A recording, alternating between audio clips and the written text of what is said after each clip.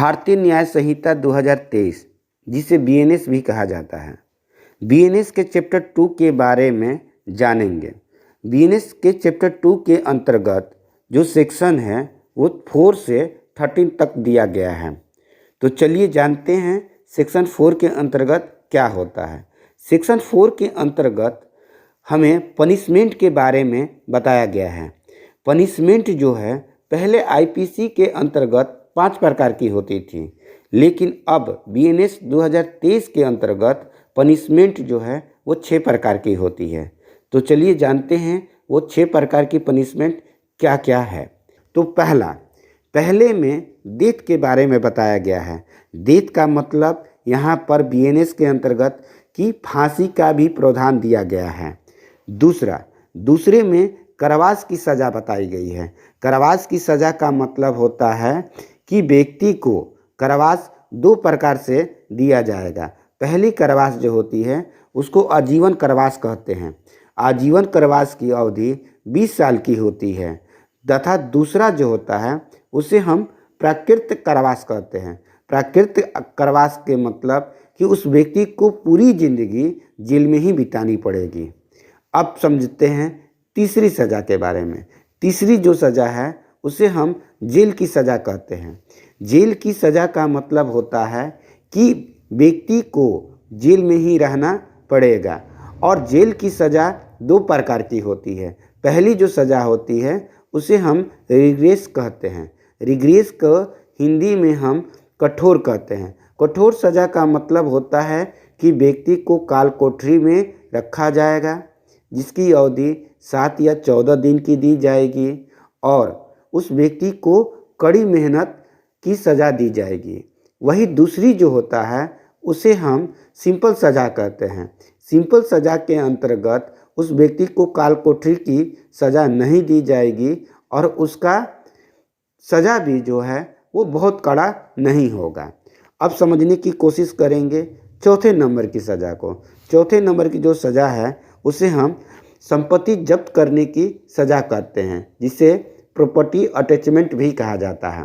आपने देखा होगा कि पुलिस जब कभी वाहन की जांच करता है तो उस जांच के दौरान अगर किसी भी प्रकार का गलत पाता है तो पुलिस उस वाहन को इम्पाउंड कर लेती है, मतलब उसकी संपत्ति को जब्त कर लेती है। या किसी महिला को देखेंगे कि वो अपने पति के ऊपर भरण पोषण का केस करती है और पति के द्वारा उसके भरण पोषण ना मिलने पर वो कोर्ट के द्वारा अपने पति के संपत्ति को जब्त करने का आवेदन देती है। 5वें नंबर पर जुर्माने की सज़ा दी गई है, मतलब कि सज़ा के बदले में जुर्माना देना। आपने देखा होगा कि ट्रेन में कुछ यात्री बिना टिकट लिए यात्रा करते हैं। जब वो पकड़े जाते हैं तो उन्हें जुर्माना देना होता है। या कोर्ट के तहत आप देखे होंगे कि अपराध के बदले जुर्माना देना भी एक सज़ा के रूप में दिया गया है। 6वें नंबर पर सज़ा के रूप में कम्युनिटी सर्विस दिया गया है। कम्युनिटी सर्विस को हिंदी में सामुदायिक सेवा कहते हैं। यह एक नया सज़ा के रूप में जोड़ा गया है। इसमें किसी भी व्यक्ति को सज़ा के रूप में लोगों को सामुदायिक जगह पर काम करना होता है, जैसे कहीं धार्मिक स्थल पर साफ सफाई करना या रेलवे ट्रैक की देखरेख करना या किसी मेला या किसी भी प्रकार के जगह पर लोगों को पानी पिलाना। ऐसे छोटे मोटे सज़ा देकर उनको अपराध का एक दंड के रूप में दिया जाएगा। बीएनएस 2023 के चैप्टर 2 में सेक्शन 5 के अंतर्गत सज़ा माफ़ी के बारे में बताया गया है, जिसे कम्यूटेशन ऑफ सेंटेंस या दंडादेश का लघुकरण कहते हैं। सज़ा माफ़ करने का काम समुचित सरकार, जिसे एप्रोप्रिएट गवर्नमेंट कहते हैं। अब समझेंगे कि एप्रोप्रिएट गवर्नमेंट किसे कहते हैं। अपने देश के अंदर 28 राज्यों के अंदर किसी भी तरह का कोई क्राइम होता है तो वहाँ की समुचित सरकार स्टेट गवर्नमेंट होती है। उसी तरह केंद्र सरकार में अगर किसी तरह का कोई क्राइम होता है तो वहाँ की समुचित सरकार केंद्र सरकार होगी। अगर किसी ने स्टेट में क्राइम करता है तो वो अपनी सजा माफ़ी के लिए केंद्र सरकार के पास जा सकता है। हाँ, केवल मृत्यु दंड के लिए, बाकी क्राइम के लिए और उसकी सज़ा माफ़ी के लिए वो अपनी समुचित सरकार स्टेट गवर्नमेंट के पास जाएगी। उसी तरह अगर कोई केंद्र सरकार की भूभाग पर क्राइम करता है तो वो अपनी सज़ा माफ़ी के लिए केंद्र सरकार के पास जाएगा, क्योंकि उसकी समुचित सरकार जो है वो केंद्र सरकार है और समुचित सरकार ही सज़ा माफ़ कर सकती है। समुचित सरकार सज़ा को माफ़ कैसे करेगी, इसके बारे में सीखते हैं। इसके लिए एक प्रोसीजर BNSS भारतीय नागरिक सुरक्षा के अंतर्गत एक सेक्शन दिया गया है जिसे 474 कहते हैं। उसमें बताया गया है कि 474 में कि अगर कोई व्यक्ति अपराधी है और उसे सज़ा माफ़ी करवानी है तो उसे अपने समुचित सरकार को एक एप्लीकेशन देना पड़ता है। समुचित सरकार का मतलब कि अगर वो स्टेट में क्राइम किया है तो वहाँ की समुचित सरकार स्टेट होगी, अगर केंद्र में किया है तो उसकी समुचित सरकार केंद्र होगी।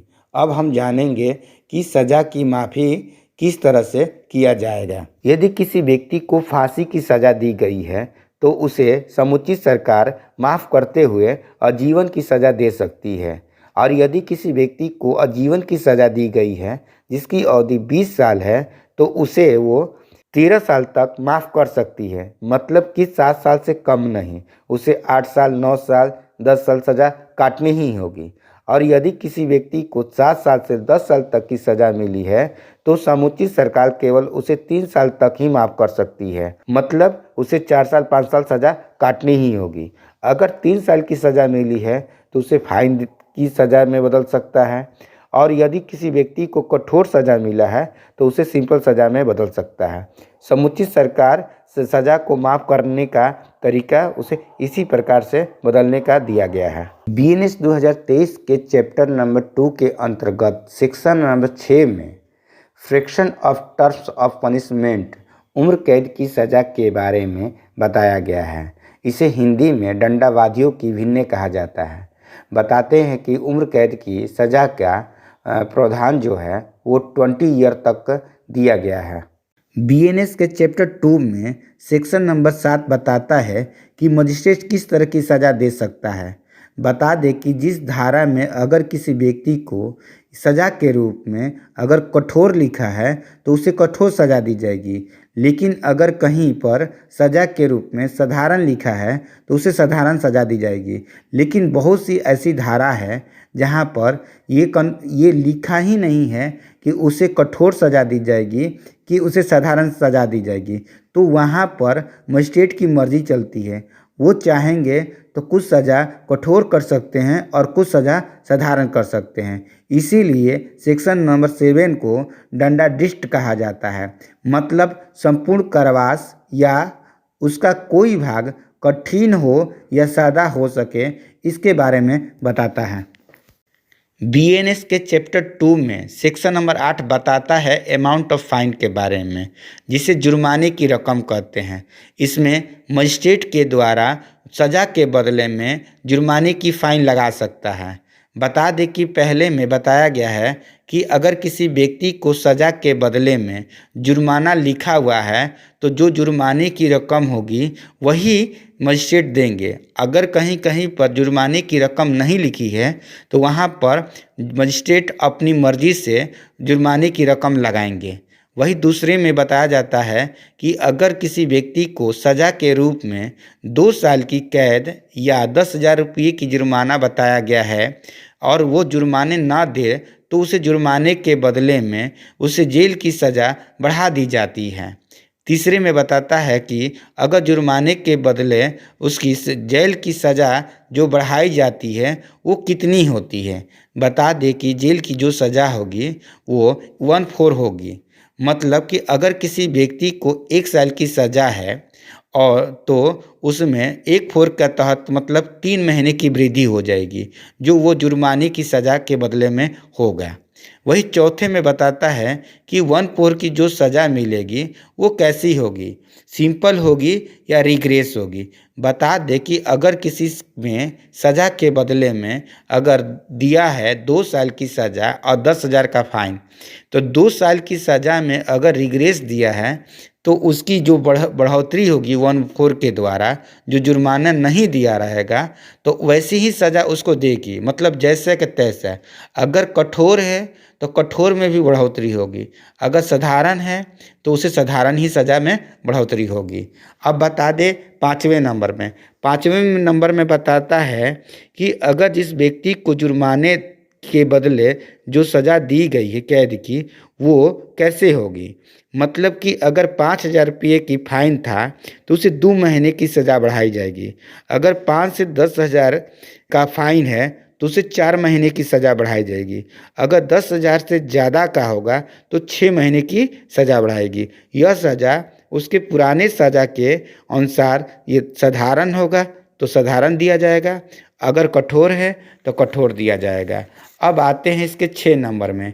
6 नंबर में बताता है कि जुर्माने की जो सज़ा होगी, अगर 5,000 रुपया है, अगर उसने 5,000 रुपये उस समय ना होकर आधी सज़ा काट लेने के बाद उसको 2,500 रुपया की रकम हो जाती है तो उसकी सज़ा कैसी होगी। बता दें कि अगर किसी भी आधी अवधि के बाद उसकी आधे रकम उसके पास होगी तो आधा रकम ही वो देकर वो जेल से छूट सकता है। इसी तरह 6 नंबर बताया कि जितनी रकम होगी उस रकम के अनुसार उसकी सज़ा का आधा कर दिया जाएगा और उसे मतलब सज़ा को उसका कम करते हुए चला जाएगा। बीएनएस के चैप्टर 2 में सेक्शन नंबर 9 बताता है लिमिट ऑफ पनिशमेंट के बारे में।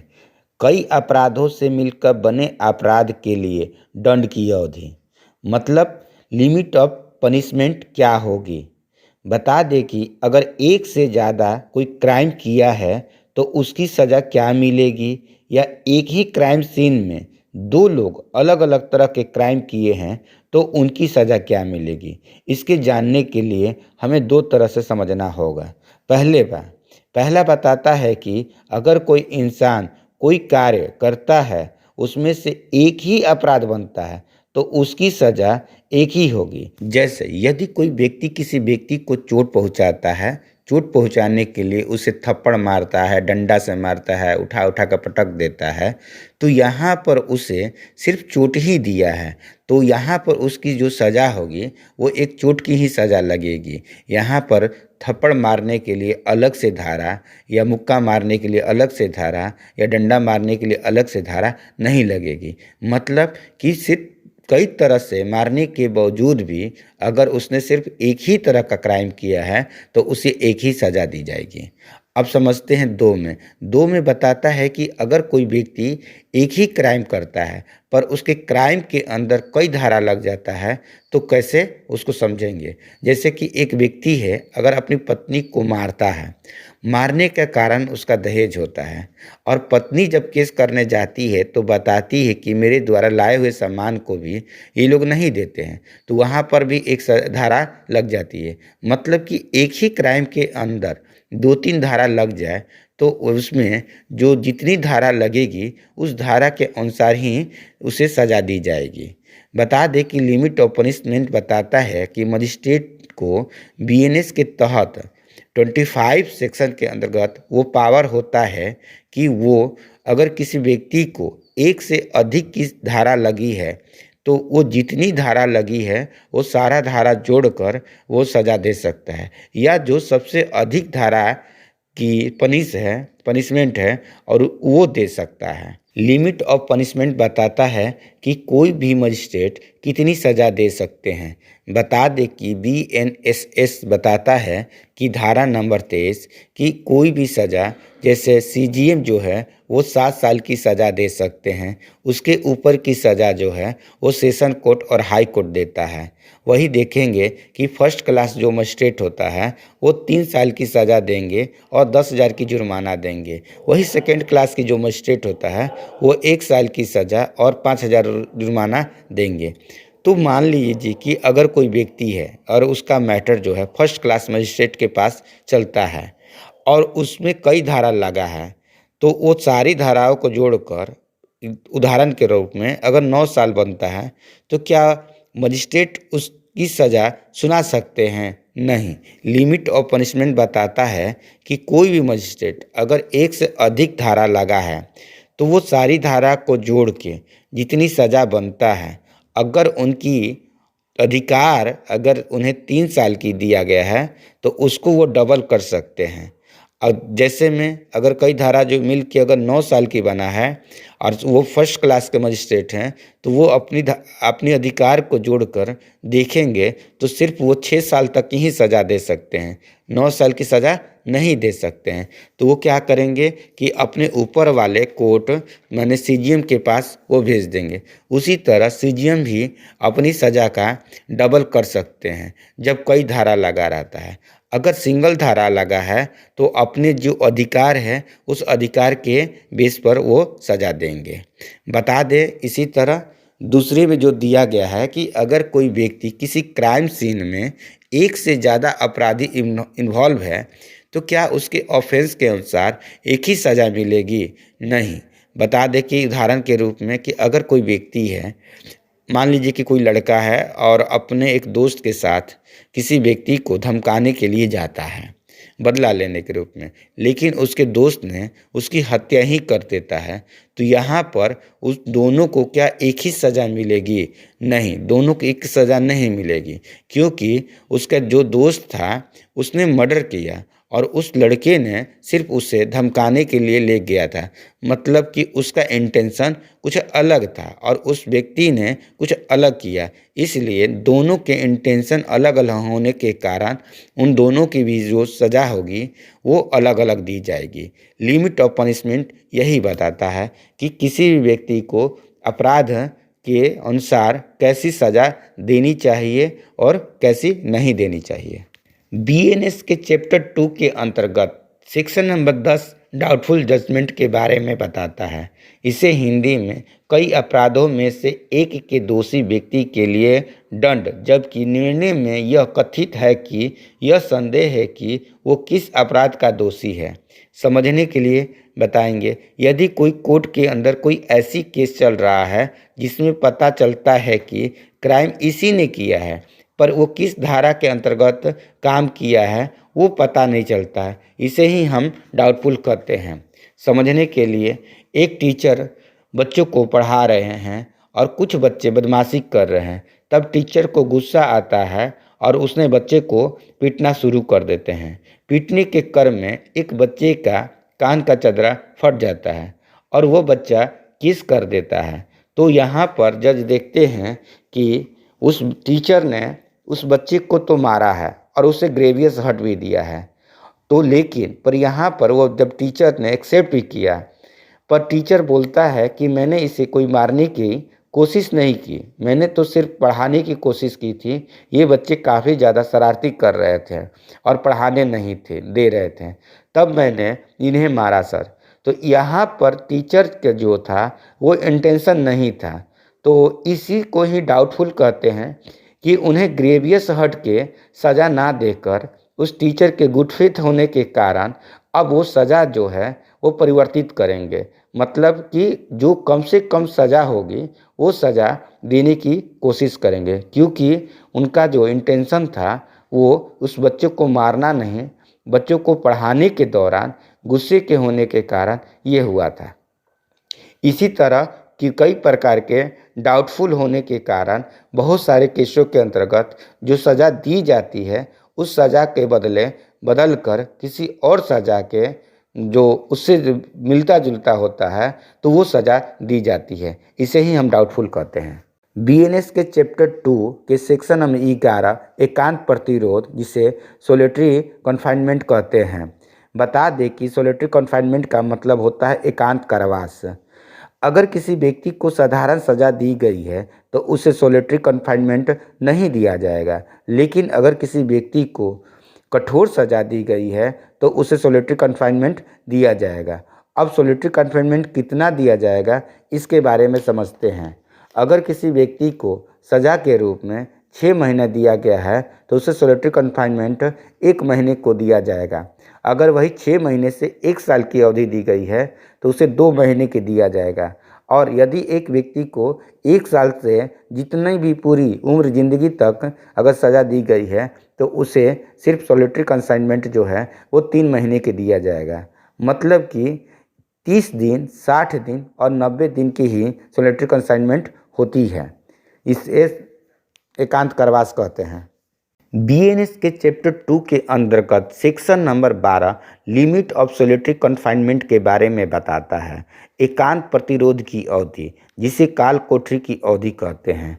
बता दें कि सॉलिटरी कन्फाइनमेंट में किसी व्यक्ति को लगातार 14 दिन से अधिक नहीं रखा जाता है।